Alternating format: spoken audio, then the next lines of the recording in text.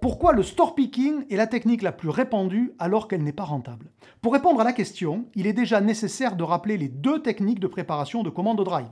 Il y a d'un côté la préparation dans un entrepôt spécialisé, façon Chrono Drive, Auchan Drive ou Leclerc Drive par exemple.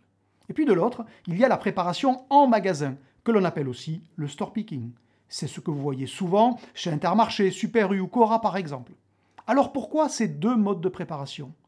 Parce qu'à l'origine du drive, il y a une dizaine d'années, il y avait tout simplement deux écoles. D'abord, ceux qui croyaient suffisamment à cette nouvelle façon de faire les courses et qui ont accepté d'investir dans des entrepôts dédiés. En moyenne, il en coûtait en effet entre 2 et 3 millions d'euros pour construire un Leclerc Drive ou un Auchan Drive.